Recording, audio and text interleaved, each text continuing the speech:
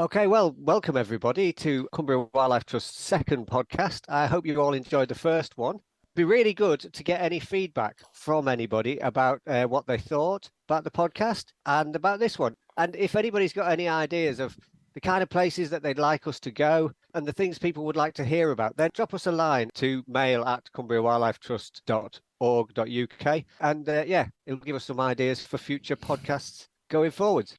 So we're right in the middle of the summer holidays at the moment, and we decided we'd feature Cumbria's seaside. First of all, we'll be at St. Bees and talk to some people who were around at our seaside festival at St. Bees. And then later on in the podcast, we're going to go up to the unspoilt Allenby Bay and hear about the scheme for protecting the amazing wildlife up there. Now, when you think of Cumbria, everybody thinks of the mountains and the lakes and the uplands and the woodlands and the bogs. And the coast is a bit of the poor relative to those. But today I'm joined by Amber Gould, who is our Marine Team's Restoration and Engagement Officer, and she's going to tell us all about how special Cumbria's coast is. Yeah, so you're completely right when you think about the Lake District. It is it's called the Lake District for a reason, but we've got over 100 miles of coastline in Cumbria, which is fairly sizable. We've got rocky shore, we've got sand dunes, we've got a whole bunch of different, quite diverse habitats. Absolutely. I think because like some of the other trusts, they have these beautiful coastlines, don't they, where the water is crystal clear. You know, like the Cornish coast. A friend. Yes. A friend who I used to work with, she moved up to work in conservation in Cumbria from Cornwall, and she was so underwhelmed by the coast. It was quite incredible. You know, it is unsung and it is uncelebrated. How do you kind of sell it to people then? And so the thing I always say is that it is really amazing if you know where to look. So we've got all of these kind of rock pools, for example. Rock pools is a great example because if you look at a rock pool from the outset, it looks like a bunch of rocks, maybe some seaweed. But if you actually go up close, if you have some gentle looks under the rocks, you can find a whole host of different things that are really amazing. Like my favourite one that I've seen recently, I was down at Ernsey Bay, which is down on the south coast of Cumbria. We were just finishing a little bit of a survey and saw two little tiny squid that had got a bit stuck in one of the rock pools. They were very angry. Squids are able to change their colours when they're sort of responding to threats or if they're communicating. So both of these two squids were bright red and sort of moving their tentacles very aggressively and sort of like, oh my God, get away from me. And then went a little bit, after they'd calmed down a bit, they went completely clear. And it was just sort of, I know that there is squid here, but I'd never seen them. I wasn't expecting to see them that day. And every time I go back to rock pools, I'll see something else that makes me go, wow. That's absolutely superb. That's brilliant, isn't it? And I think as a trust, you know, when I started for the trust over 20 years ago, I think it was definitely overlooked. And now we have a marine team. So tell us about how you're getting people interested and ways in which we're getting people involved. I think the work that we do as a team is split across a few sort of streams that are all about raising the profile of the marine environment. So we run a bunch of engagement events. So that's everything from the rock pooling that I've been mentioning, but we do coastal foraging. And we've just had Irish Sea Day, haven't we? Which is a big engagement festival that we do every year. And I miss every year because I'm always on holiday when it's on. So tell us a little bit about that. It's so rude, Joe. Tell you so early and you never come. I know. So Irish Sea Day was part of what the Irish Sea Network were doing this year. And we held a marine themed festival here in Cumbria. We've done it for the last sort of 16 years. There's been something going on the coast called Seafest. And that's a big celebration of all things marine. It has a sand sculpture competition and it's amazing. Yeah, people come and really kind of show their competitive edge and do these amazing sand sculptures that are all about the wonderful wildlife that we have in the Irish Sea. But we also run surveys on the day as well so that people can come and actually see what wildlife is actually here. And this year we had this wish fish campaign where people could come and write what their wish for the Irish Sea was on a little fish and then pop it on a board. Brilliant. But yeah, excellent. It's a lovely time. So we sent our producer Liz up to Seafest to see what was going on. So here's Liz at St. Bees talking to people who were getting involved. Okay, so I've just come over to have a look at a really splendid sand sculpture, and I'm hoping somebody can tell me all about it. My name is Noah, and we have been making an octopus coming out of a cave with a bunch of rubbish on it. Oh, what's the rubbish all about then? It's just telling everybody not to chuck rubbish in the ocean because it can damage the wildlife. Yeah, and what made you choose an octopus? Well, I just really liked all of the tentacles and how we can fit it and make it look like it's crawling out of the cave. And you've decorated it? Yeah. So we added like all of the stones along the tentacles to make it look like the little suckers. And then we also added some rubbish. One arm's chucking a can away. And then here's a little crab writing SOS that stands for Save Our Seas. Are you bothered about what happens to the seas? Yeah, because I really like the wildlife and I don't want any animals to get hurt. Wow. Well, I just heard the man say you've got 5 minutes left to finish, so I better let you carry on. Okay, so good luck. Yeah. Okay. Oh gosh, this crab's fast. Got it, there we go. So this is a common shore crab. They're also known as a green shore crab, but they're not always green.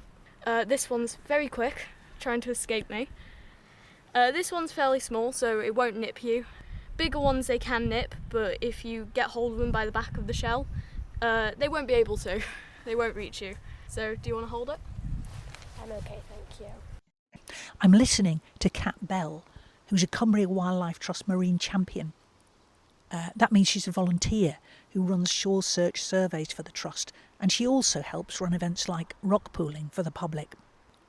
This morning she's talking to visitors Philippa and Alice about what they're likely to find in a rock pool. There's also some anemones. If you can see, that one's a bit more red than this one, which is more green.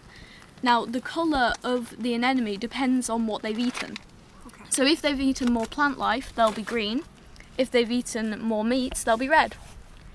If you can see, they've got the little tentacles out there. Now, you can actually touch the anemones. They won't sting you. These are beadlet anemones. And so they won't hurt you. They just kind of get hold of your finger and it feels quite funny. So you can touch them if you like. Just gently poke. So what interests you about the beach? Well, I really like jellyfish and quite like sea anemones. But it just finds it very interesting to see different things because every time the tide watches up, you see different things. They're actually very closely related. Anemones are basically upside down jellyfish. Yeah. And sometimes jellyfish will start upside down like anemones and then they'll grow up and then they'll turn the other way up and swim away. Yeah. Philip and Alice have gone off to do some more rock pooling now. So can you tell me, what do people find most surprising or most interesting? I've had a lot of people just surprised to find the animals. People are usually surprised by the amount of things that they can find here. I think as well, just the little facts I can give, like the anemones changing colour depending on what they eat. I think facts like that people find very interesting. I think also the diversity of seaweed. People don't really realise how many different kinds of seaweed there is. When you say they're surprised by the amount of diversity there is, what sort of species will you actually get down here at St Bede's? Well, you'll find loads of crabs. There's several different kinds of crabs. You can find porcelain crabs, shore crabs, edible crabs, hermit crabs. You can find starfish, there's anemones, there's beadlet anemones and strawberry anemones, and sometimes snakelock anemones as well. Loads of different kinds of limpets, barnacles, there's periwinkles, there's flat periwinkles, common periwinkles, rough periwinkles. There's a lot. There's a lot, Kat, and you know them all. You can identify them all. Have you always been interested in rock pools and the beach? Well, not always, but about 2 years ago I started to get very interested, and since then I've just been obsessed. So what kicked it off? Well, the first time I went on a marine survey, it was my 14th birthday. I went on the survey as like a birthday gift, as like something to do on the day, and then I kept going for a couple months after that. And then I got fully qualified in September of last year, and now I'm 15 and I'm still doing it, and I'll probably keep doing it until I'm like 100. So you're only 15, but you're already a marine biologist, it seems to me, and is that what you want to do as a career? Yeah, that's something I'd like to do. I want to go and study marine biology in university and then hopefully get a job in it from there. Fantastic. I think your dad is over there doing some surveys, so I wonder if you'd take me over and I can see what he's doing on the beach too. So yeah, I can take you over to him and show you what he does. I'm Mike, and we're doing a biodiversity survey. So can you show me what's in one of these squares then that you've marked out? Yes, certainly. It's divided up into two. You've got the top story and the understory. So first of all, we would record what we can see now, which is the top story.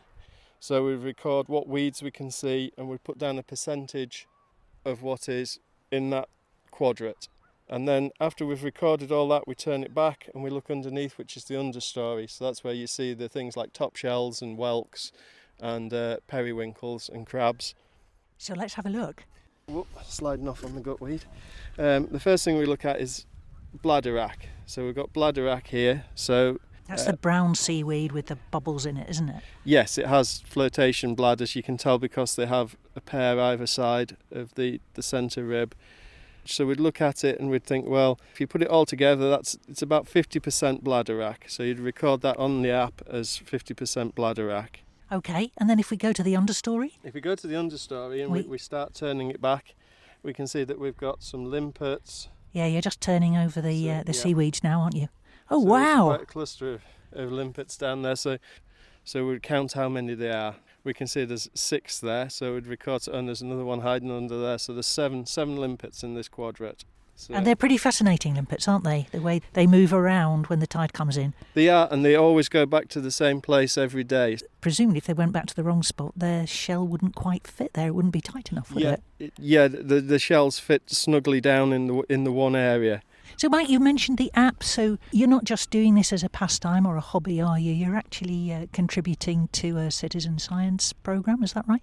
Yes, it's a citizen science programme. We record data on what's there to form a baseline if it hasn't been done before, data to see if it's changing over time, also to see some species are indicator species to see how healthy it is at one given time.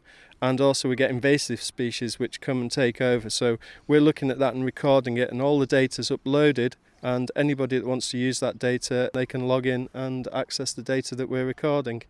So how long have you been doing this? What got you into it? We've been doing it for about 18 months. My daughter Kat was very interested in it, so we started coming along to surveys, and I came along as her responsible adult, so I ended up learning as well. So I did the course and we both became marine champions. I think children are often introduced to a particular interest by their parents, but this time it's been the other way round, Mike, hasn't it? Yes, absolutely. It was Katrina that particularly got me interested in marine creatures and the sea. What she knows is absolutely extraordinary. Oh yes, she knows far more than me. She spends all the time, if she's not on the beach, reading about the beach or writing articles about the beach. The house is just absolutely full of everything marine that you can imagine. So, Mike, I'm going to catch up with you later because there's another aspect of work you do as a marine champion. Could you just tell me a little bit about that? Yes, normally on a survey day we start off with the shore survey and the quadrant survey, and then later in the day we do a sea watch where we look for megafauna, which is dolphins, whales, basking sharks, etc. So what we do is when the tide comes in and we can't be on the beach anymore, we head to high ground, get the binoculars out and hopefully see some dolphins and harbour porpoise. I've just come up from the shore and I'm now in one of the gazebos which is pitched on the green here, and I've come here to find out more about a board called the Wishfish board. Danny's looking after it, so I'm going to ask Danny what this board's all about and what kind of things people have been saying. So this is the Irish Sea Network's board for the Wishfish. So essentially the Irish Sea Network is a partnership of wildlife trusts and partners all around the Irish Sea, and we are asking people what their wish is for the Irish Sea. So we've got this gorgeous board here with lots of colourful fish all over it, and people have written what they wish for the Irish Sea on it. As you say, they're very colourful. So there's a pink one, my wish is for the Irish Sea to be full of healthy sea life. A green one saying I wish for proper protection of the Irish Sea. Lots of people saying they want a cleaner sea. The Irish Sea is this amazing sea. It's full of life. You know, we've got whales, we've got dolphins, we've got fish. So what we're calling for is better protection for the Irish Sea, more joined up thinking for the Irish Sea, to really ensure that marine life is there for future generations too. Can I just ask, you're filling in one of these wish fish. So what's your wish for the Irish Sea? Well, I've just been on a walk onto the St Bees cliffs with my binoculars and I saw a puffin. And so my wish is I'd like more sand eels in the sea to feed the puffins, because there's only one puffin and I think the habitat could almost certainly take a few more, but we need a few more sand eels. So that's what I've wished for. I think you pin it on the board now. Right, I will. Well, I've just climbed up from the beach to the top of the sandstone cliffs at St Bees, and I've just caught sight of Mike, who's stationed up here to conduct his sea watch. How are you getting on today? We haven't seen anything today, but that's just how it goes. Some days you see a lot, other days you see absolutely nothing. It's luck of the draw. The last one that we did at Parton, we had 5 harbour porpoise swimming past the whole time we were doing the survey, so it was brilliant, and we saw a dolphin as well. But this time we haven't seen a thing. Haven't seen a sausage yet. No. It's getting slightly hazy actually now, isn't it? It's getting a little bit hazy now, but conditions have been perfect. There's been very little glare, the sea state's been calm, but we've just been unlucky and haven't seen anything. And it's a spectacular spot up here anyway. It is. It's lovely. If you look out to sea, you can see Scotland, you can see Ireland and the Isle of Man. So you can see for miles and miles around you. It's always a good day out, but it's good if you see something. So we love to see harbour porpoise, we love to see seals and hopefully a dolphin or two if we can. And to do a sea watch, do you have to come up somewhere like this? I mean, this was a bit of a climb. This is the one that's the highest up. So St Bees is the most energetic one to get to the top of. If you go to Parton, you just walk from the car park at the old Hague mining mill. So it's just 20 feet from your car to doing the watch. So you don't always have to slog all the way up the head. Sounds like a perfect sea watch to me. Yes. So tell me, Mike, what would you actually look for if you did decide to do a search for yourself? The things that you look for before you go to your binoculars, you tend to scan the horizon. You're looking for waves that are travelling in the wrong direction. So if the water's breaking against the waves and it just looks a little strange. A cluster of seabirds, different patterns in the water. Just something out the usual, something that's not quite normal to the rest of what's going on. And if you then get your binoculars, have a closer look, you may well find that you see a dolphin or a porpoise in there. God, that's a fantastic tip. I'm sure everyone's going to be out now doing exactly that. I hope so. Well, Amber, what a fantastic report. And it kind of warms, that's a sea reference, it warms the cockles of my heart to think that somebody like Kat is going to be working for marine conservation into the future, because it makes you feel that it's in safe hands, don't you think? Oh, 100%. Yeah, I can never quite get over how incredibly knowledgeable Kat is, and I think her marine collection of sort of sea creatures probably rivals ours.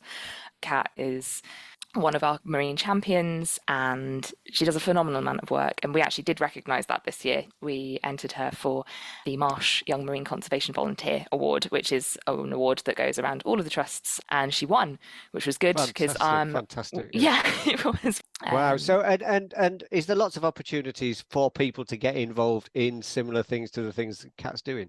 Oh, absolutely. Yeah. I mean, we have citizen science surveys that run every month. So those are our shore search surveys and then sea watch surveys. So shore search, pretty self-explanatory.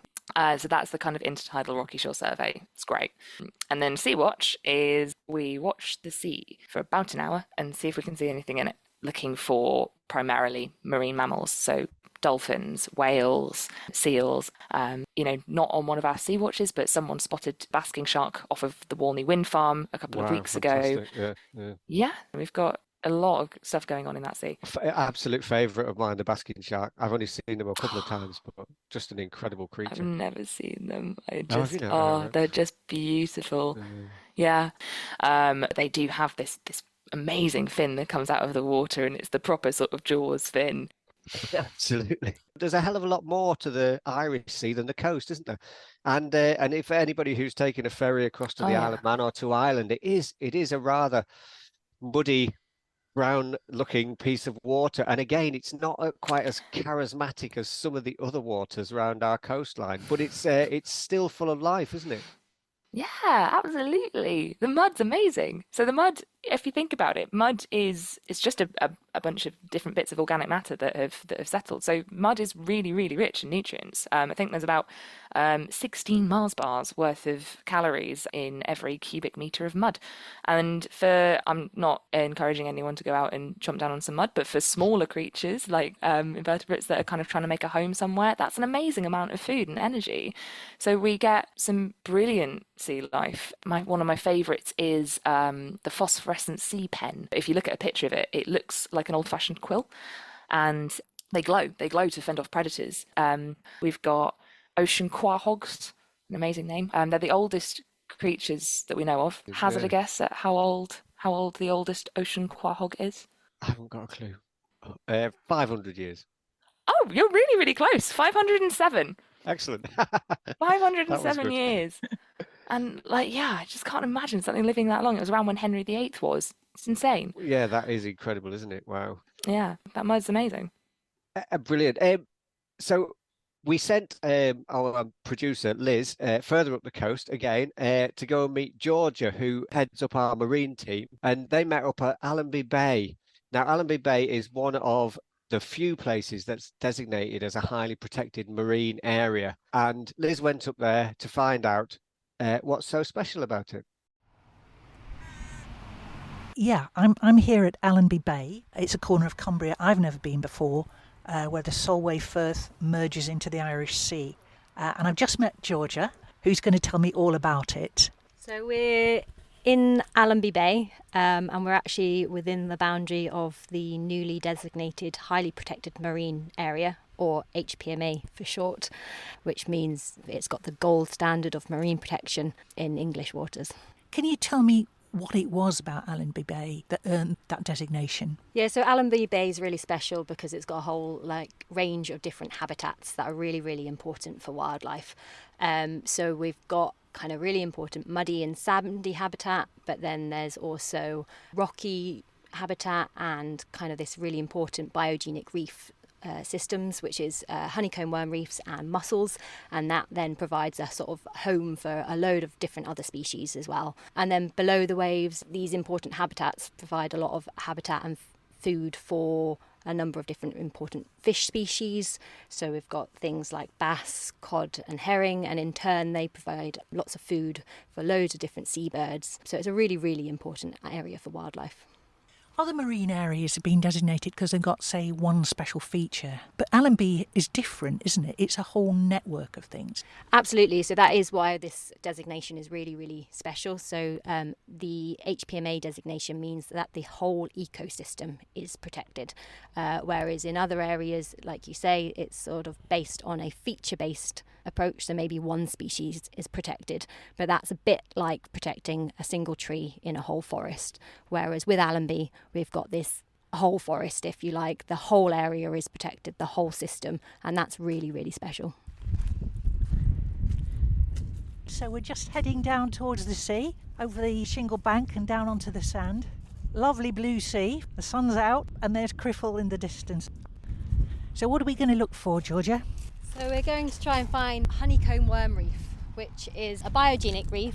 So the honeycomb worm produces these kind of tube-like structures from sand and mud and kind of mucus, and they create this whole reef structure, which is then really important habitat for loads of other species. So we'll try and see what we can find on there too. Now, you've mentioned that word biogenic. So it's a living reef. So these reefs are ephemeral. So that means that they will change year on year. They'll come and go. They'll often get kind of broken up in storms. And then the honeycomb worms will rebuild kind of elsewhere or in the same sort of area. Lovely. It's a beautiful expanse of beach. It just goes on and on for miles, doesn't it? Yeah, it really does, and it's gorgeous. So the tide's going out at the moment, and just following that tide out, there's a group of oyster catchers just feeding whilst the sand's still soft. So this sandy, muddy environment has a whole host of animals living in it, and that attracts then the shorebirds. So you've just been turning over one of the rocks to see what's underneath. So underneath we've got a whole load of periwinkles, so these are tiny sea snails, and then we've also got a couple of anemones. So these are one of my favourite finds actually. They're really common, but I absolutely love seeing them. So we've got a beadlet anemone, and then there's also a dahlia anemone. They're currently kind of gone sort of inside themselves and a little bit like just a blob of jelly, but when they're underwater they've got these beautiful tentacles that come out to catch their prey. And this is a different place, isn't it, when the tide covers it? I'm just looking at the little barnacles now. All these things poke their heads out once the tide comes in.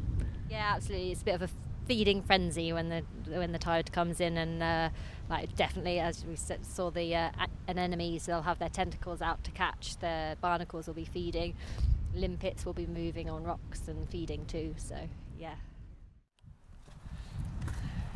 Wow, we finally found it, the honeycomb worm reef. It's an extraordinary organism, structure, both. Really is a honeycomb of tightly packed tubes, isn't it? Yeah, so these are actually formed by the worm, and then when you get lots of worms in one area, they create this whole kind of reef effect that are often kind of a hummock shape. So the worms use sand and little bits of shell, and they secrete almost like a cement type kind of liquid that really glues it all together to create these tubes.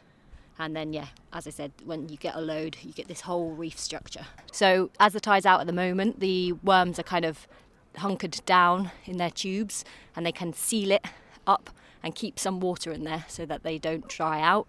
And then when the waves come back in, they come out of the tubes, and they've got like fan-like tentacles, and they're filter feeders, so they'll be feeding on lots of things that are floating past, like plankton and little bits of seaweed and algae and tiny little microscopic animals. And is it delicate? Yes, it is delicate. So it moves and changes a lot because of biological factors and also physical. So waves and storms will kind of impact it, sometimes destroy the reefs, and then worms will have to sort of build it back up again. It also enhances the biodiversity of the whole beach, doesn't it? Yeah, absolutely. On a reef structure, it's been found that there are around 38 different species living on the reef structure. So here we've got lots of different seaweeds on this reef structure, and we've also got some anemones tucked away there too. And you get like lots of other species and crabs and things like that. And this is pretty special, is it? Yeah, it's really special here. So it's kind of one of the most extensive reefs in the UK, and it's kind of at the northern limit. So yeah, it's really important. And because they kind of are quite fragile, they're susceptible to a lot of damage, like from human activity. So it's really important when we do find these really expansive reefs that we do protect them. Yeah, because if you stepped on it, you might well do some damage, mightn't you? Just walking over it. Absolutely, yeah. Walking over would completely kind of crush it, really. So yeah, if you see it, you want to be really careful where you're treading. So do you think this reef that we're looking at now will last the whole summer? As long as there's not any kind of really huge disturbance events, as in people walking over it, or any really major storms, these reefs should stay. Occasionally, like parts of them might kind of get buffeted away a little bit, but then if it's an active reef and a healthy reef with lots of worms, they'll kind of keep rebuilding that structure. So it should stay. It might change shape and change slight position, but it should be here, yeah. Keep wandering that way. It's an absolutely stunning place. Tell me a bit about what the future holds for Allenby Bay. How do we go about protecting it? There are going to be a number of bylaws that are put in place for fishing and for construction or kind of building in the area are the kind of key ones. And then there's lots of activities that also happen in the area, things like dog walking, kayaking, swimming, that still will be able to happen. It just may be that there might be some sort of voluntary codes that are brought in if it's deemed necessary. For example, maybe keeping dogs on leads at a certain time of the year to protect the wildlife. But this is still to be determined by key decision makers. And local people will be involved in those sort of decisions about those sort of non-invasive or non-intrusive activities, won't they? Yes, absolutely. So there's a consultation that will be in the area that we really actively encourage everyone to get involved in. But for the success of the HPMA, we really, really need people in the area to kind of be on board with it. And they know the area best, don't they? And they probably love it best. Absolutely, and it's really something to be proud of. I think the key thing here is it's not been designated because it's in a bad state. It's been designated because it's in a good state. It should be something to be proud of, and it's a bit of just see how much more wildlife there can be as a result of it. So it's definitely something to be proud of. What do you think the timescale is? It still takes time, but I'd say sort of in 5 years' time we'd see some differences, and then that'll kind of escalate and get bigger. But lots of sort of smaller species that are fast breeding will actually bounce back from damage or things like that quite quickly. So you can see some recovery really, really quickly. Very exciting. Yeah. And you're going to be monitoring and measuring all the time? Yes, absolutely. So Natural England will be doing official monitoring. There's also going to be citizen science that we'll be doing in and around the area to monitor change, but it will be constantly monitored and that sort of progress seen, hopefully. That's fantastic. Well, let's come back in 5 years' time, shall we? And see how we've got on. Absolutely. I look forward to it. OK. Well, Amber, wasn't that brilliant? What a brilliant place. I've only ever been to Allenby Bay very briefly before, and I've never really had a good visit to Ratch about, but it sounds fantastic. It is. It's a really, really wonderful place. And again, like a kind of quintessential, once you know what's there, it really kind of comes to life. It's a bit of a quiet time, isn't it? Towards the end of the summer. Lots of things have done their breeding, but it's about to get really busy again, isn't it? When our coastlines start to get really busy, when the birds start to move through, these coming months can be quite exciting, can't they? Yeah. I think we've mentioned, how important that kind of like mud and creatures that live in it are for birds. So yeah, we get a huge number of different species coming through our coastline. So anyone who's got a pair of binoculars, I'd highly recommend going and sitting on a shoreline. It's quite a spectacle, isn't it? When we get the big numbers. What's your favourite bit then, Amber, of the Cumbrian coast? I think at the moment it's Parton. So Parton is up on the northwest coast, and it is this big kind of rocky area, but it's where we've been doing our snorkel safaris over the last couple of years. It's just got these huge rock pools when the water's out, but then when the tide comes in again, you can sort of get in the water and have a little look around and see all of these amazing things. It's a gorgeous little place. What about you? Yeah, Where's your bit? I must admit, I do err towards the bird sites, being a bit of a bird man. And St. Bees is a favourite of mine, and one of the first places I ever visited on the Cumbrian coast back in the late 1980s, and it was so impressed. But also our nature reserves at Esmeals and at South Walney and at Foulney, they get these great through flows of birds on migration, which is just superb. Esmeals is a little bit difficult to get on. You need to go when the neighbouring gun range isn't firing, but you can find that out quite easily. And there's a flag. When the flags are down, you're fine to go on. And it is a special place. I think it's a special place because it's not visited all the time. So that means that the wildlife has a bit of a respite from people. Absolutely. So we've talked about the coast, and we've talked about ways in which people can join in, either taking part in surveys or sea watches or beach cleans. You can find out what's happening on the What's On the website. Like I said, you can get in touch and give us feedback about our podcast. That would be really good at our mail at cumbriawildlifetrust.org.uk address. And I'd like to thank you very much for listening. And thank you, Amber, for telling us all about what a wonderful coastline we have.